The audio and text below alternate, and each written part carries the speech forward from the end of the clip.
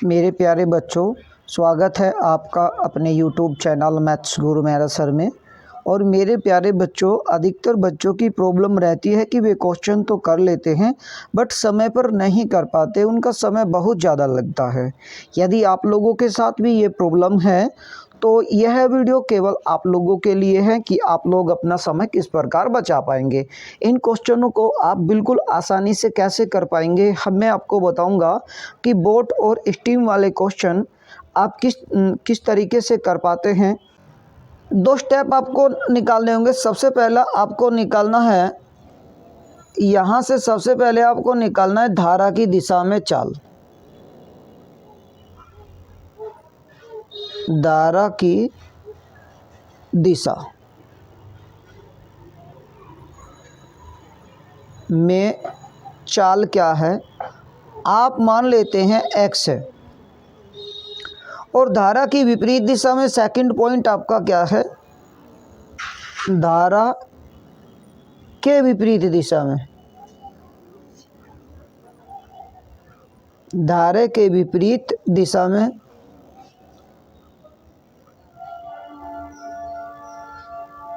चाल मान लेते हैं आप y है। अब शांत जल में यदि शांत जल में आपने नाव की चाल निकालनी है, नाव की चाल आपने निकालनी है, नाव की चाल शांत जल में नाव की चाल आप निकालते हैं।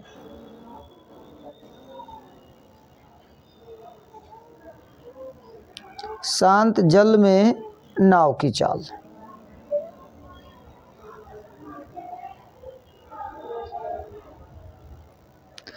अब करना क्या है, आपको इन दोनों को ऐड कर देना है, x प्लस वाई और अपोन में कर देना है 2।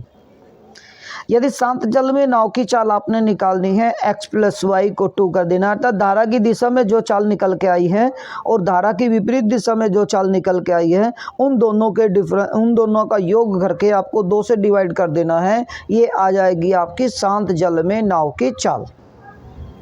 यदि आपने निकालना है धारा का वेग, अब यदि आपको धारा का वेग निकालना है, धारा का वेग, धारा का वेग आपने निकालना है, तो यहाँ आप कर देंगे x प्लस वाई और अपोन में 2, sorry minus y, x minus y और बटे में कर देंगे 2। धारा का वेग निकालने के लिए आपको x माइनस वाई बटे में 2 कर देना है। शांत जल में नाव की चाल निकालने के लिए x प्लस वाई बटे में 2 कर देंगे। अब सापेक्ष चाल अब कैसे निकालते हैं, सापेक्ष चाल मतलब क्या होता है आपका, सापेक्ष चाल आप कैसे निकाल लेंगे और सापेक्ष चाल होती क्या है। सबसे पहले आप इनको समझ लेते हैं कि ये सापेक्ष चाल क्या है।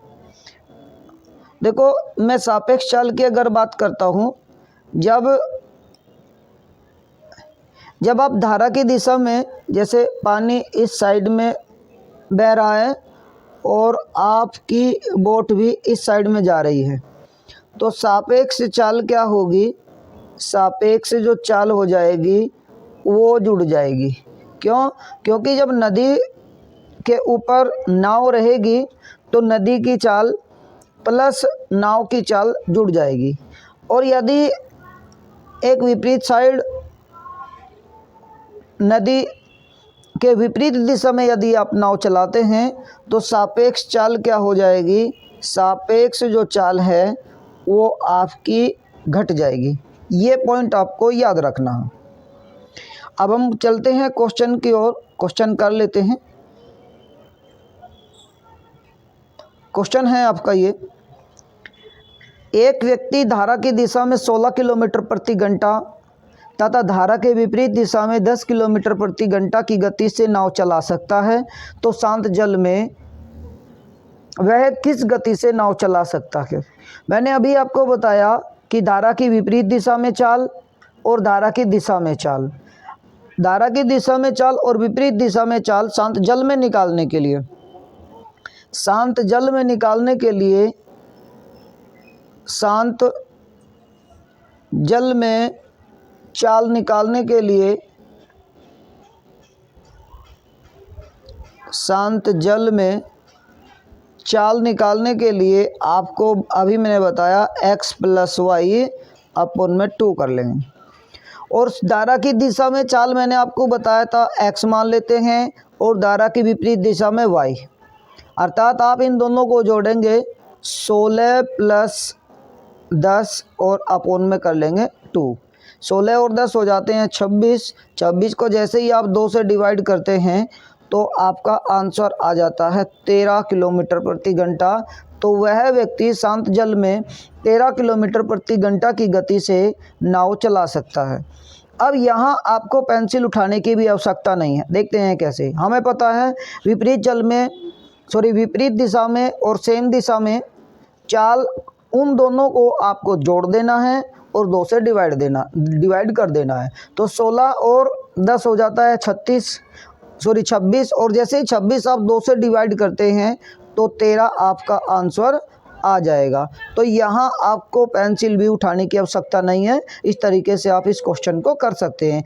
उससे पहले आपको ये चीज़ें पता होना चाहिए, तभी आप इस क्वेश्चन को बिना पेंसिल उठाए कर लेंगे।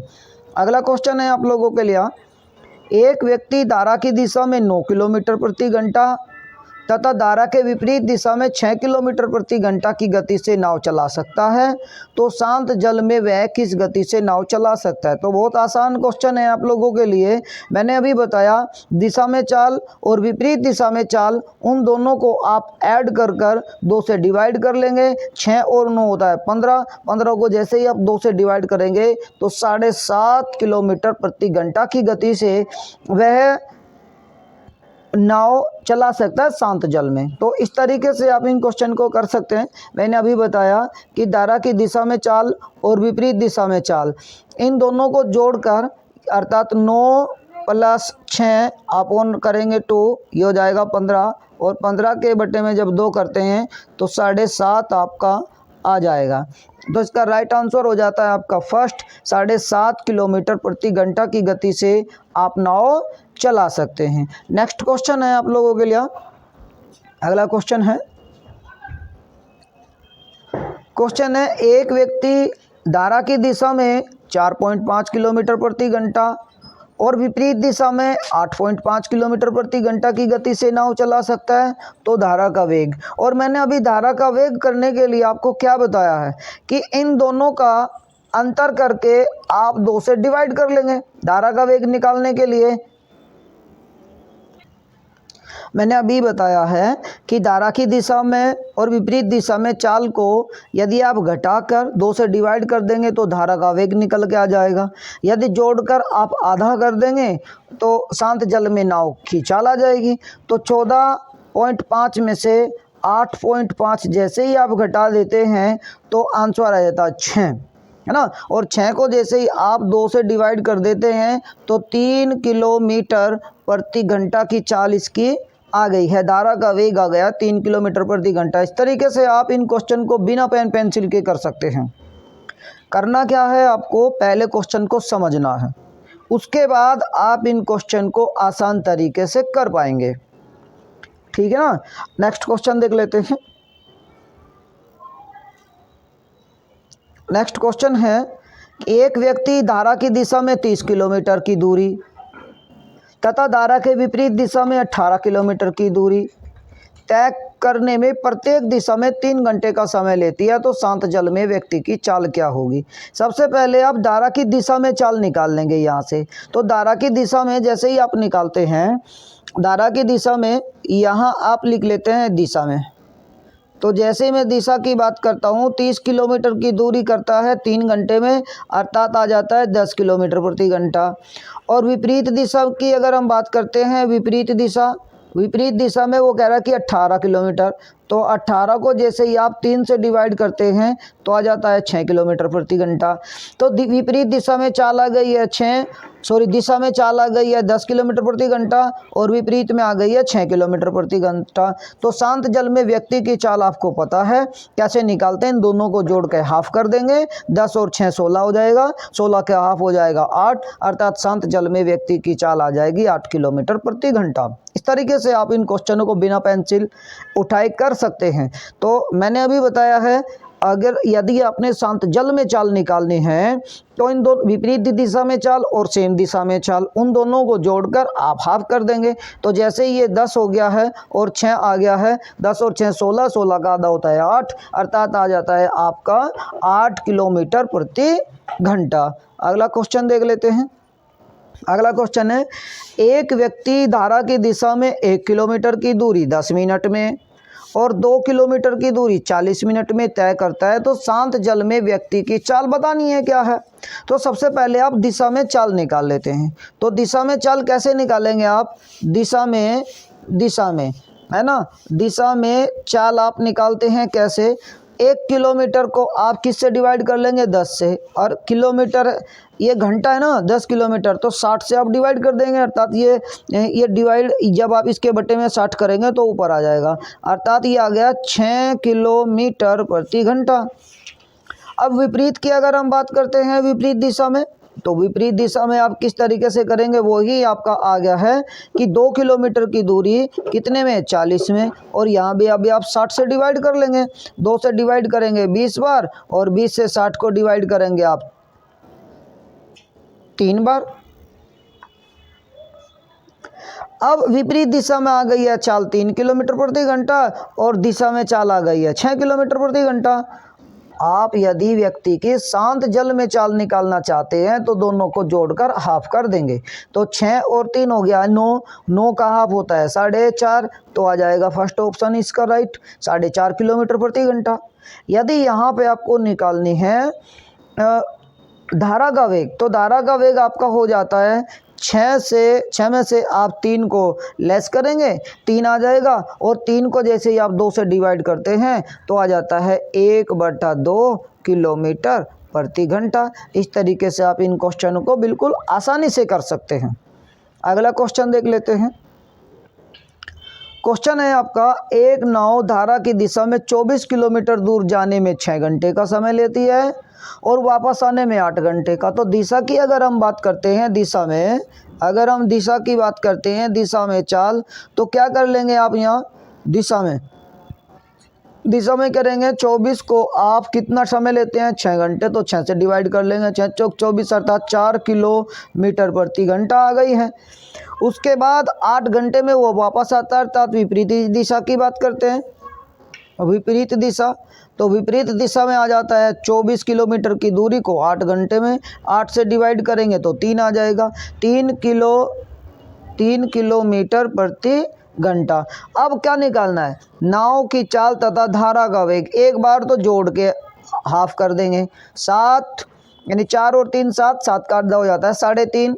उसके बाद घटा के आप आधा करेंगे 1.5 किलोमीटर, क्योंकि 4 और 3 का डिफरेंस हो जाता है 1 और 1 का हाफ हो जाता है, कोई भी ऑप्शन राइट नहीं है इसके अंदर, 3 किलोमीटर और 0.5 किलोमीटर आ जाता है ना 8 या 24 8 घंटे में, और 3 ये तो आ गया आपका 4 6 चौक 24 4 किलोमीटर प्रति घंटा, या 8 या 24 3 किलोमीटर प्रति घंटा।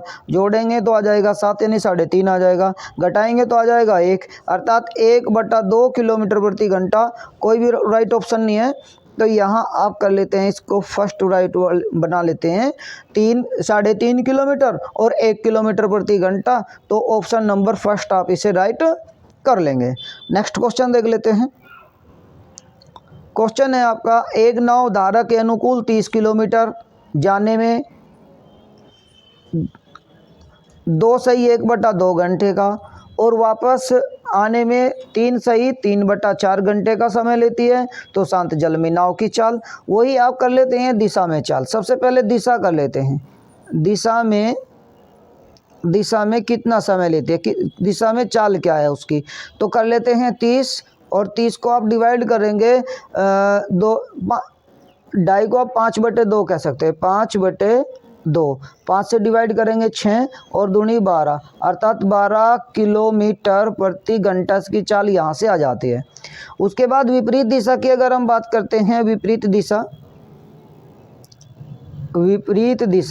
अब विपरीत दिशा की यदि हम बात करते हैं, यहाँ पे आ जाता है आपका 30 को ही आपको डिवाइड करना है किससे, 3 सही 3/4, 4 तिया 12 और 3 15/4। तो जैसे ही आप 15/4 से आप डिवाइड करते हैं, 15 दूनी 30, 4 दूनी 8 किलोमीटर प्रति घंटा।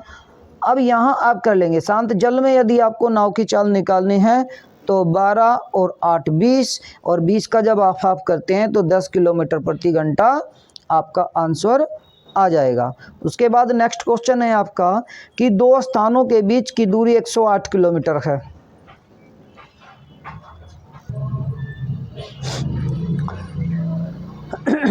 दो नाव एक ही समय पर दोनों स्थानों से एक दूसरे की ओर चलना आरंभ करती है। यदि एक धारा की दिशा में और एक धारा के विपरीत दिशा में गतिमान है, उन दोनों की चाल भी दी हुई है, उन दोनों की चाल क्रम से 15 किलोमीटर प्रति घंटा और 12 किलोमीटर प्रति घंटा हो, तो कितने समय बाद वे एक दूसरे से मिलेंगे। क्वेश्चन को समझ लेते हैं, बहुत अच्छा क्वेश्चन है। सबसे पहले यहाँ आप देख लेते हैं, ये ए स्थान है और ये बी स्थान है। इन दोनों के बीच की दूरी 108 किलोमीटर है। अब एक नाव इस साइड से और दूसरी नाव इस साइड से है। इसकी चाल है 15 किलोमीटर प्रति घंटा और इसकी चाल है 12 किलोमीटर प्रति घंटा। अब दोनों एक दूसरे, देखो यहाँ एक चीज़ और आपको याद रखनी है कि जो धारा का वेग है, एक बार तो इसमें आप धारा का वेग जोड़ देंगे, मान लीजिए x है, और इसमें आप एक बार धारा का वेग घटा लेंगे x। और जब आप इन दोनों को जोड़ेंगे और घटाएंगे, यहाँ मैं आपको बता देता हूँ, जैसे आप यहाँ से घटाएंगे तो यहाँ पे एक बार तो प्लस हो रहा है और एक बार माइनस हो रहा है, तो इससे कुछ फ़र्क नहीं पड़ता, इसलिए आप इसको इग्नोर कर दें।